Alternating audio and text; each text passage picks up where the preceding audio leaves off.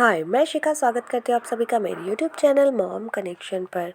तो मेरी एक छोटी सी बेटी है और बेटी की माँ होना मतलब अपने सारे शौक़ हम अपने बच्चों पर पूरा करते हैं। तो मेरी बेटी के लिए मैंने बहुत सारी एसेसरीज़ लेकर रखी हैं, लेकिन उनको मैंने सभी एक बॉक्स में भर के रख दिया है, जैसा कि हम सभी मोस्टली लोग करते हैं। या तो किसी ड्रॉर में सारी एसेसरीज़ को भर देते हैं और या फिर किसी बॉक्स में भर देते हैं। और फिर बच्चों की ड्रेसेस सेलेक्ट करना तो बहुत आसान होता है, लेकिन उसकी मैचिंग की एसेसरीज़ को ढूंढना एक बहुत मुश्किल काम बन जाता है, क्योंकि हम एक चीज़ निकालते हैं और चार चीज़ें हमारी बाहर निकल के गिर जाती हैं। तो आज मैं ऑर्गेनाइज़ करने वाली हूँ अपनी बेटी की सारी जो एसेसरीज़ हैं, उनको मैं अच्छे तरीके से ऑर्गेनाइज़ करने वाली हूँ। तो चलिए शुरू करते हैं, और वीडियो शुरू करने से पहले मेरे चैनल को सब्सक्राइब ज़रूर करिएगा।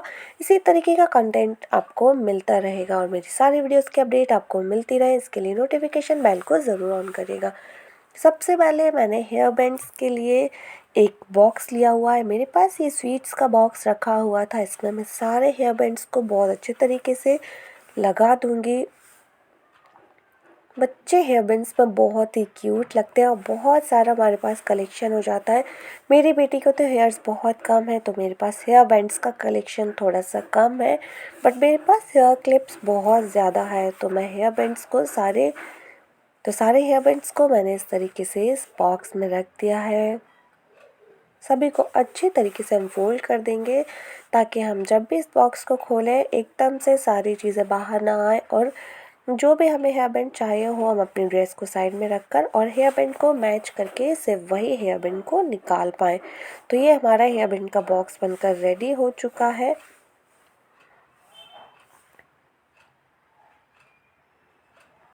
अब जैसा कि मैंने बताया हेयर क्लिप्स बहुत ज़्यादा हैं, तो मैंने हेयर क्लिप्स के लिए कुछ ऐसे रिबन्स ले लिए थे, और रिबन्स के साथ में मैंने अलग अलग कलर के रिबन्स ले लिए थे। जो सैटिन के रिबन्स, इसके साथ में मेरे पास कुछ हुप्स रखे हुए थे जो कि की रिंग्स के हुप्स हैं, उनको मैंने ले लिया है।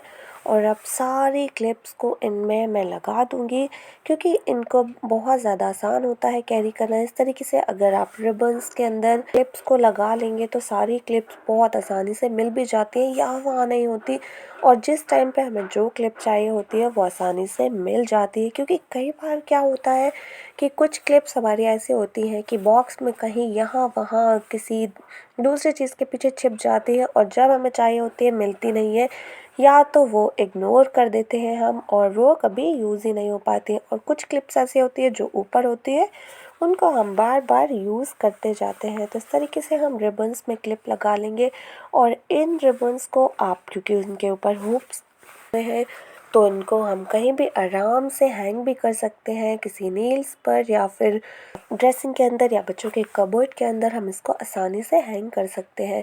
तो टाइप की क्लिप्स को मैंने एक बैंड में लगा लिया है और दूसरे टाइप की क्लिप्स को मैं दूसरे बैंड में लगाऊंगी। तो इस तरीके से मैं सारी क्लिप्स को इन रिबन्स में लगा लूँगी।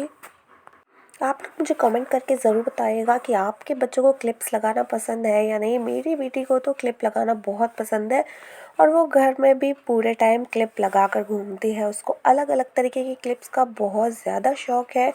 तो ये मेरा क्लिप्स का कलेक्शन है, जो कि मैंने कुछ ऑनलाइन लिए हैं और कुछ ऑफलाइन मार्केट से ही परचेज़ किए हुए हैं।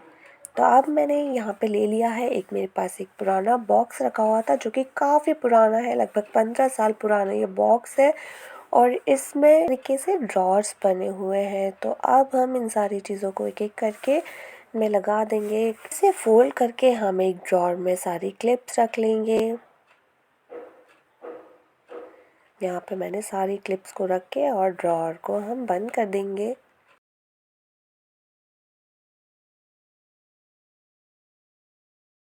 इसके बाद जो सारे रबर बैंड्स हैं, मैंने रबर बैंड्स को लिया हुआ है, सारे रबर बैंड्स को हम इकट्ठा कर लेंगे। इस तरीके का एक हुक ले लिया है, तो इस हुक में सारे हेयर बैंड्स को हम लगा देंगे, और इसको इस तरीके से मैंने ड्रॉर में रख लिया। जो लंबे जो होते हैं उनको हम इस तरीके से फोल्ड करके और रख देंगे, में रख देंगे, क्योंकि इनको इकट्ठा करके रखना बहुत आसान होता है। कुछ अव्या के जो ड्रेसेस हैं, उनके कुछ बेल्ट्स हैं, उनको भी मैंने इस तरीके से फ़ोल्ड करके और उसमें रबर बैंड लगा के और रख दिया है। इसके अलावा कुछ जो एसेसरीज़ जो छोटे छोटे से ब्रोचेस वगैरह होते हैं जो बच्चों की ड्रेस में लगे होते हैं वो मैंने इस ड्रॉर में रख लिए हैं। बाद कुछ बैंगल्स, कुछ ब्रेसलेट्स, ये सारी चीज़ें इनको भी मैं अच्छे तरीके से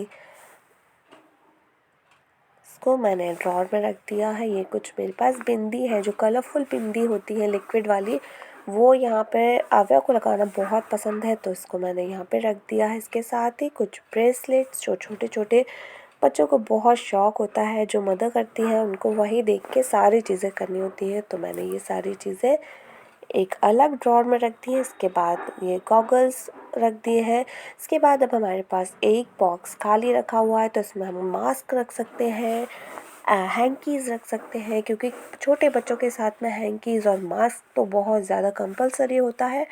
और ये वैसलीन, यहाँ पे आव्या को वैसलीन लगाना बहुत पसंद है तो मैंने यहाँ पे रख लिया। अब देखिएगा आप, हमने एक ड्रेस ले ली है और इसके लिए हमें एसेसरीज़ को जब हम सेलेक्ट करेंगे तो इस तरीके से हम अपनी सारी क्लिप्स को निकाल के और मैच कर सकते हैं कि कौन सी क्लिप्स ड्रेस के साथ में मैच हो रही है, कौन सी नहीं हो रही है। तो आप लोग बताइए, आप लोग कैसे अपने एसेसरीज़ को ऑर्गेनाइज़ करते हैं। अगर आप भी एक बॉक्स में या ड्रॉर में भर के रखते हैं तो आप लोग भी एक बार ऐसे रख के देखिएगा, बहुत इजी हो जाता है सारी चीज़ों को सेलेक्ट करना और बहुत ही कम जगह में ये ऑर्गेनाइज हो जाता है।